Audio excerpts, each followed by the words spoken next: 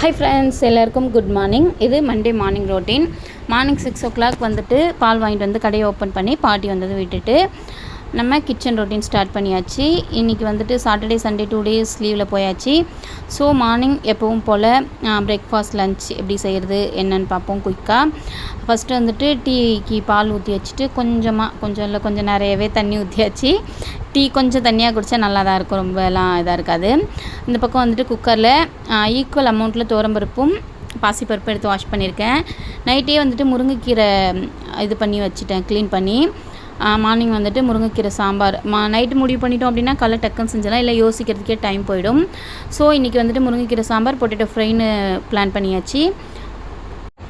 பருப்பு வந்துட்டு வாஷ் பண்ணிவிட்டு கொஞ்சமாக மஞ்சத்தூள் பெருங்காயத்தூள் போட்டு வச்சுருக்கேன். அது கூடவே வந்துட்டு 3 பெரிய சைஸ் தக்காளியும் ஒரு 4 பச்சை மிளகாயும் கீறி போட்டிருக்கேன்.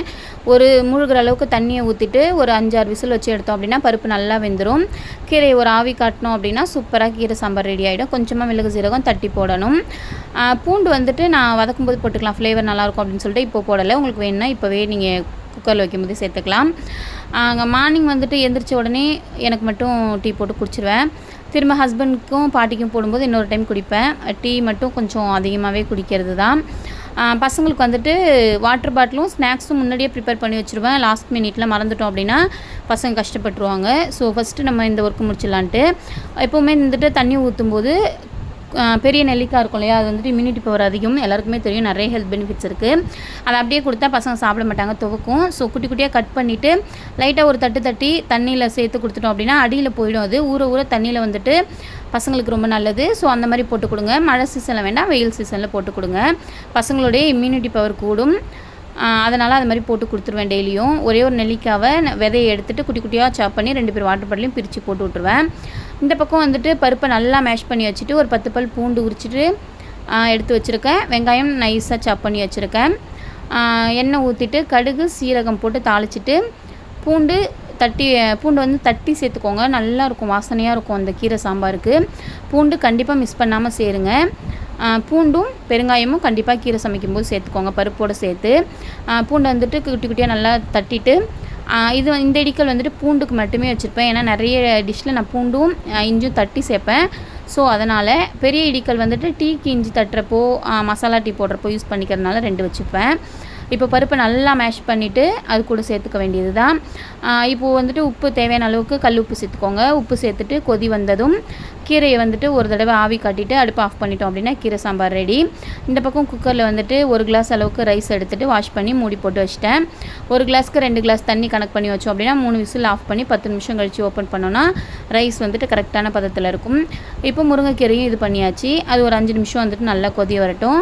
மிளகு சீரகமும் நான் எப்போவுமே தட்டி வச்சுருப்பேன் நைஸாக அரைச்சி. அது வந்துட்டு ஆம்லேட் போடப்பெல்லாம் யூஸ் பண்ணிக்கலான்னு. ஸோ அதுலேயே ஒரு ஸ்பூன் போட்டுட்டேன்.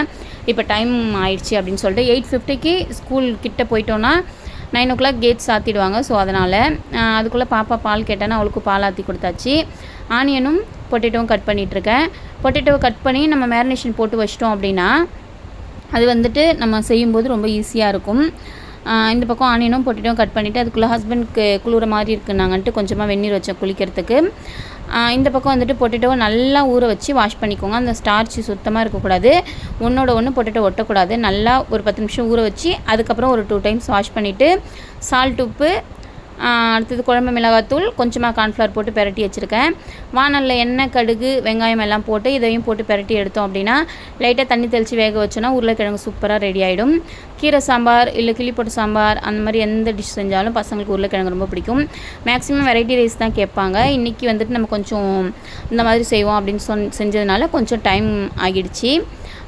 கரெக்ட் டைம் கணக்கு உள்ளே விட்டுட்டேன். இப்போது ரைஸ் போட்டுட்டு ஒரு பக்கம் ஆற வச்சுருந்தேன். அது கொஞ்சமாக ஆறுனதும் இந்த ரைஸு அதுக்கப்புறம் கீரை சாம்பார் போட்டு மிக்ஸ் பண்ணி வச்சுருவேன் பசங்களுக்கு. அவங்களுக்கு தனித்தனியாக கொடுத்தோம் அப்படின்னா சாப்பிட தெரியாது இல்லையா. ஸோ தனியாக பொரியல் வைக்கிற இடத்துல வந்துட்டு பொட்டேட்டோ ஃப்ரை இன்னும் கொஞ்சம் நல்லா கிறிஸ்பியாக ஆனால் நல்லாயிருக்கும்.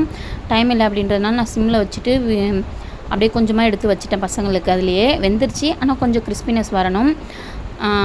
இந்த மாதிரி தான் இருக்கும் ஸ்கூல் கிட்டே விடும்போது. நான் அதுக்கே விட்டுட்டு வெளில வரும்போது தான் இதை காட்டுறேன். எப்படி இருக்குது பாருங்கள், உண்மையிலே ரொம்ப கஷ்டம். எப்படியோ கேட் உள்ளே விட்டுட்டு திரும்ப வண்டி எடுக்க வரும்போது தான் இந்த நம்ம வண்டி இந்த லாஸ்ட்டில் நிறுத்தியிருந்தேன். அப்படியே